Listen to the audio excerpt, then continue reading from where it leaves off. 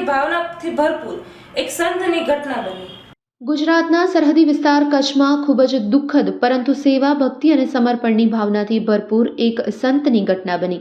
વૃંદાવન મથુરાથી કચ્છના પવિત્ર નારાયણ સરોવરની યાત્રાએ આવેલા શ્રી વૈષ્ણવ વિરક્ત અખાડાના વરિષ્ઠ સંત અને મહંત પ્રભુદયાલ દાસજી મહારાજ 30મી જાન્યુઆરીના માર્ગમાં પડી જતા અચાનક તબિયત લથડી હતી। મહારાજજીને તાત્કાલિક ભુજ હોસ્પિટલ ખસેડવામાં આવ્યા હતા, જ્યાં કમનસીબે તેનું મૃત્યુ થયું હતું। આ દુઃખદ સમાચારની જાણકારી મળતાની સાથે જ પ્રયાગરાજ સ્થિત અખિલ કચ્છ શ્રી વૈષ્ણવ વિરક્ત અખાડાના મહંત મણિરામદાસજીએ સ્થાનિક બજરંગ દળના કાર્યકરનો સંપર્ક કર્યો હતો।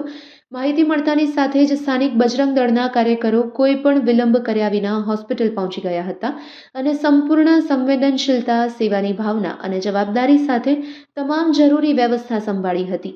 આ સેવામાં માધાપર બાલાજી હનુમાન મંદિરના મહંત મણિરામદાસજી મહારાજ, નૃત્ય ગોપાલદાસજી મહારાજ વૃંદાવનથી પધાર્યા। રામદાસજી મહારાજ, બાલકદાસજી મહારાજ અને સ્થાનિક સંત સમાજનું માર્ગદર્શન અને કંપની પ્રાપ્ત કરી। સ્થાનિક સંતોની હાજરીમાં અને ધાર્મિક પરંપરાના સંપૂર્ણ પાલન સાથે મહંત પ્રભુદયાલજી દાસજી મહારાજના અંતિમ સંસ્કાર 1 ફેબ્રુઆરીના ભૂતનાથ સેવા સંસ્થા ખારી નદી ખાતે વિધિવત રીતે કરવામાં આવ્યા હતા। આ સમગ્ર સેવા કાર્યમાં બજરંગ દળના કરણસિંહ જાડેજા, ઓમ આહિર, આકાશ મહારાજે અત્યંત નિષ્ઠા અને નિસ્વાર્થ ભાવે મહત્વની ભૂમિકા ભજવી હતી। સંતોની સેવા એ જ પરમ સેવા છે, તે ભાવના સાથે કોઈ પણ ઓળખ, પ્રસિદ્ધિ કે સ્વાર્થ વગર કરવામાં આવેલ આ કાર્ય માનવતા અને ધર્મનું સાચું ઉદાહરણ રજૂ કરે છે।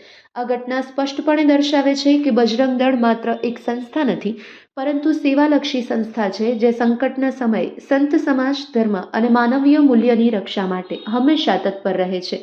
સમગ્ર સંત સમાજ અને હિન્દુ સમાજ વતી આ ઉમ્મદા કાર્યમાં ભાગ લેનાર તમામ સંત અને બજરંગ દળના કાર્યકરોએ શ્રદ્ધાંજલિ અર્પણ કરી હતી।